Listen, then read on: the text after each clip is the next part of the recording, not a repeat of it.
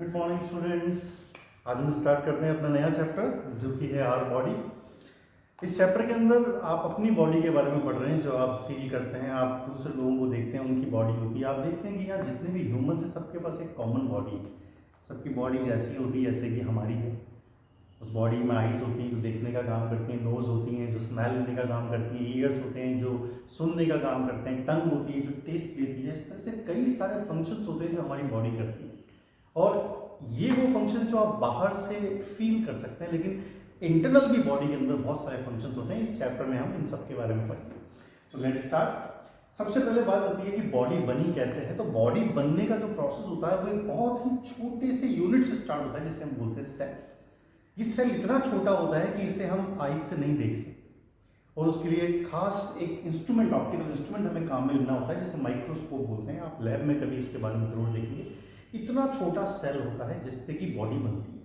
अब कैसे बनती है? तो वो सेल जो है वो कंबाइंड होते हैं।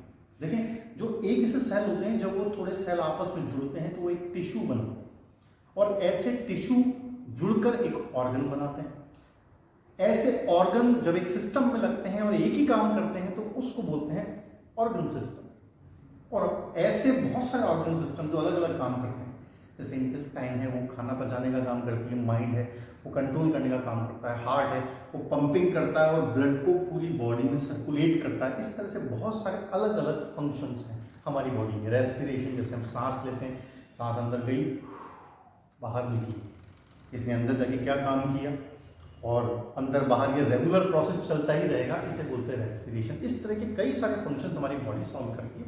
तो हम उन्हीं के बारे में यहाँ डिस्कस करेंगे।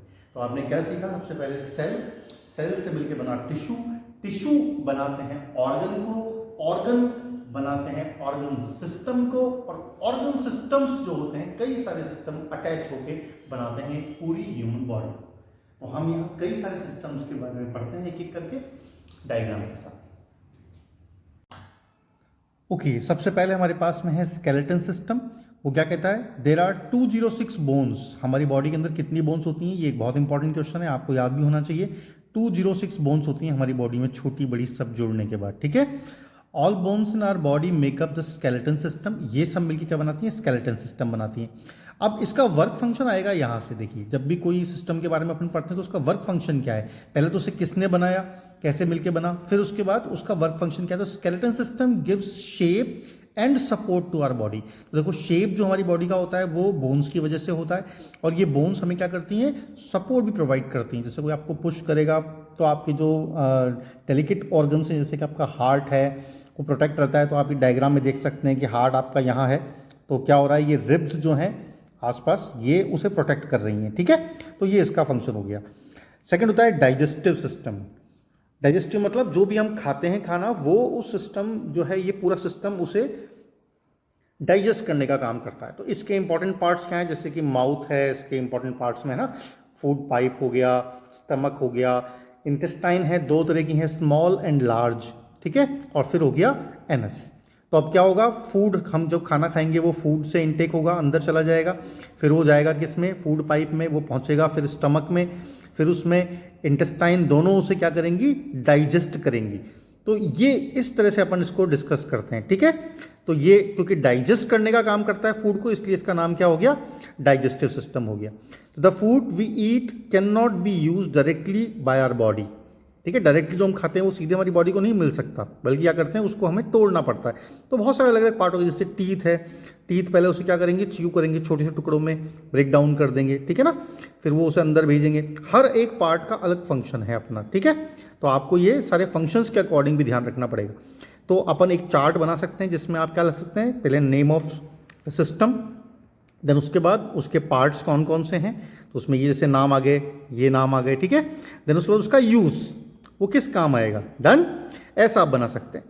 तो आपने देखा इसमें, the process by which the food eat is broken down into the simple substance is called the digestion. तो डाइजेशन की डेफिनेशन मिल गई यहाँ पर।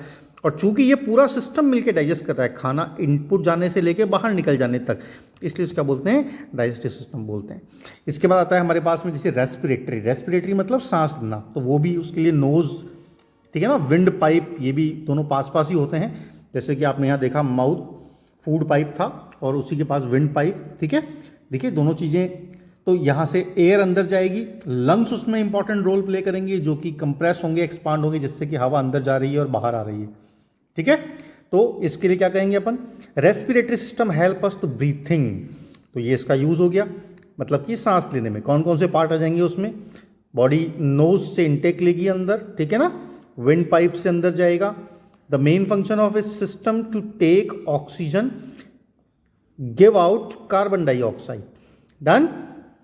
इसी तरह से आता है सर्कुलेटरी सिस्टम, इसमें होता है हार्ट, ब्लड वेसल्स। अब ये ब्लड को पूरी बॉडी के अंदर सर्कुलेट करता है, ठीक है, इसलिए इसको क्या नाम देते हैं अपन, सर्कुलेटरी सिस्टम। तो पार्ट्स नजर आ गए, इस तरह से डायग्राम के अंदर दिखाई दे रहा है आपके ब्लू और रेड दो तरह की जो है यहाँ पर वेन्स दिखाई दे रही हैं आपको, ये ब्लड वेसल्स होती हैं, इन्हीं के अंदर जो है ब्लड सर्कुलेट करता है। और उसे सर्कुलेट कौन कर रहा है, सर्कुलेट कर रहा है उसे ये हार्ट, ये पंपिंग करता है, जिसकी वजह से वो क्या होता है, पूरी बॉडी में सर्कुलेट होता है। इसी तरह आता है नर्वस सिस्टम, इसके पार्ट्स होते हैं ब्रेन, स्पाइनल कॉर्ड और नर्व्स।